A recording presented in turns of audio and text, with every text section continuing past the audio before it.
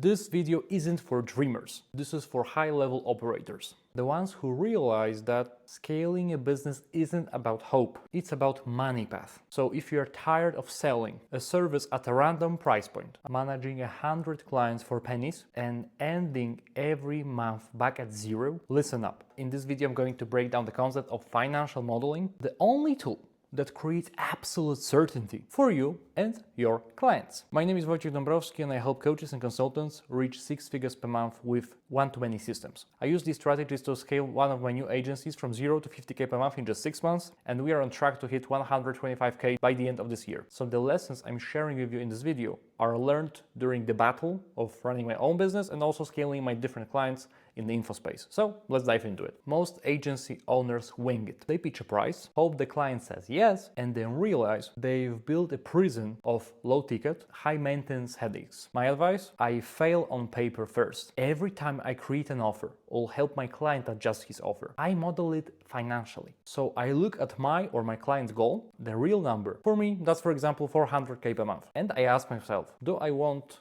1,000 clients paying me $400? Hell no. I would have gray hair and no hairline by 30. So the math changed. 5 clients paying 80K per month. Now, that's realistic, especially if you operate at a high level. And that is actually doable. That brings me the level of certainty that changes how you walk, talk, and sell. Last month, my client wired me nice paycheck. I will not disclose the exact numbers, but it was higher 5 figures for a few hours of work. Why? Because I didn't sell him marketing, ads, I sold him the financial outcome based on a math. And I take rev share on that. Very simple. So stop thinking about the stepping stones. What is the actual number you need to actualize your life? Let's do the math on 200K per month goal, for example. So goal, you want to reach 200K in revenue monthly. Let's say your offer is 2.5K. So volume, you need to close 80 clients. Sales calls, let's do financial model. Based on the close rate of 20%, which is doable, you need 400 calls per month with people that actually show up. And obviously we expect that some of the people will drop out during the process, but let's assume nice show up rate, a very nice one, nailed systems, every backend selling systems, and also great manual strategies to increase the show up rate, 95%.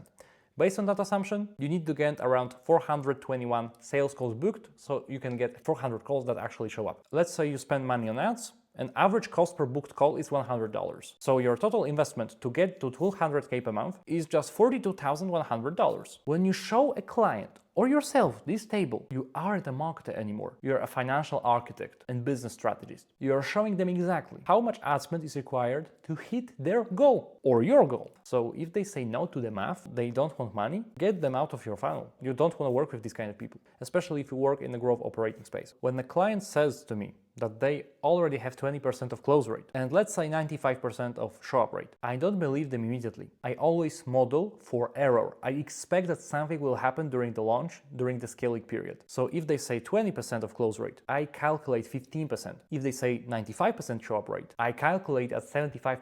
If they say they get $100 per booked call, I calculate this cost for $150 or even $200. By being conservative in this financial modeling aspect, I give myself wiggle room. I show the client, even if we suck, even if we make mistakes, here's how we still win. This raises their certainty levels to the roof. And honestly, I shouldn't share this, because 99.9% of market isn't doing that. They sell leads, retainers for meta ads or something, but operators on a high level sell the projected revenue. Especially if you're a growth operator on a revenue share deal, you cannot afford to stay on top of the funnel. You have to be the operator of the entire machine. If your client sales team sucks, which happens very often, they're burning your money. So don't let bad salespeople rest with my back. What do I do in these cases? I come in and audit the CRM. So every lead must be accounted for. Obviously training the sales team. I provide the scripts, the library, and the pressure. Obviously, I write emails and all of the backend communication. So we push people in backend as well with automated email sequences and marketing automations that are tailored to a specific situation. So it's also semi-automated because I build that once,